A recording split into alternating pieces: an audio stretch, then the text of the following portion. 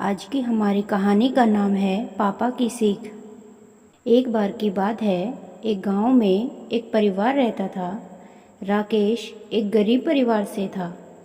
राकेश बहुत ही जिद्दी था और उसकी इसी जिद की वजह से बचपन में उसे बहुत मार पड़ी थी। लगभग घर के सारे लोग उससे परेशान रहते थे। माँ तो इस जिद की वजह से हर दूसरे दिन उसे झाड़ू से मारती या फिर बात करना बंद कर देती थी। इसीलिए राकेश भी थोड़ा चिड़चिड़ा सा रहता था। लेकिन इन सब रंजिशों के बीच एक शख्स चुपचाप उसके साथ खड़ा रहता था। वह थे उसके पापा। हाथ उठाना तो दूर की बात है, उसे तो यह भी याद नहीं कि आखिरी बार उन्होंने राकेश से ऊंची आवाज़ में बात कब की थी। हूबहू राकेश उनकी तरह दिखता है। उसके पापा हमेशा कहते हैं कि जितना वो उनसे सीखता है उतना ही वह भी उससे सीखते हैं। बाप बेटे के रिश्ते से पहले उनके बीच दोस्ती का रिश्ता है। जैसे दोस्त एक दूसरे के बिना कुछ कहे आंखों ही आंखों में एक दूसरे का हाल समझ लेते हैं, बिल्कुल वैसा ही उनका रिश्ता भी है। उसके पापा उसे कभी किसी चीज़ के लिए मना नहीं करते। जब भी वो उनसे कहीं जाने को कहता या फिर कुछ करने को पूछता है तो वह सिर्फ एक बात बोलते हैं कि बेटा, अगर तुम्हें यह गलत नहीं लग रहा तो करो। यह शब्द सुनने के बाद उसे ना जाने कैसे खुद ब खुद सही और गलत का अंतर समझ आ जाता है। यह बात उस समय की है जब वो क्लास 5th में पढ़ता था।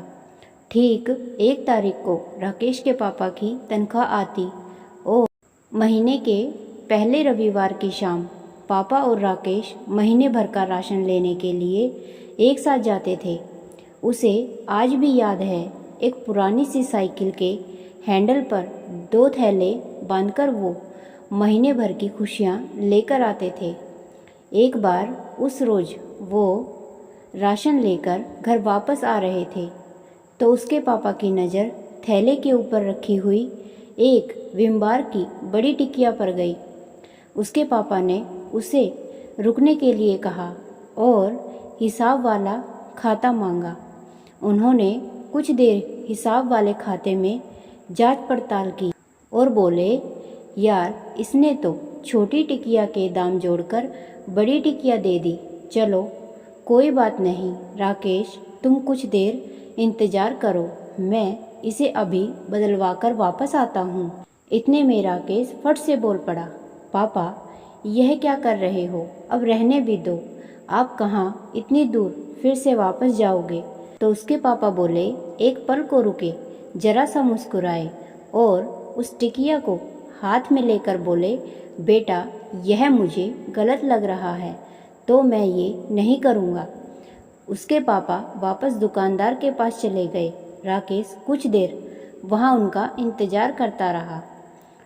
कुछ 5-10 मिनट के बाद वह बड़ी टिकिया को बदलवा कर एक छोटी सी टिकिया लेकर वापस आए और वो घर की ओर चलने लगे। रास्ते में उसके पापा ने एक हाथ से साइकिल को संभाला और दूसरा हाथ बेटे के कंधे पर रखते हुए बोले, बेटा, ईमानदारी किसी और से नहीं की जाती, ईमानदारी खुद से होती है। ईमानदारी हर उस चीज़ से होनी चाहिए जिसे तुम दिल से करते हो। तब जाकर राकेश को यह समझ में आया कि ईमानदारी सिर्फ पैसों की मोहताज नहीं होती।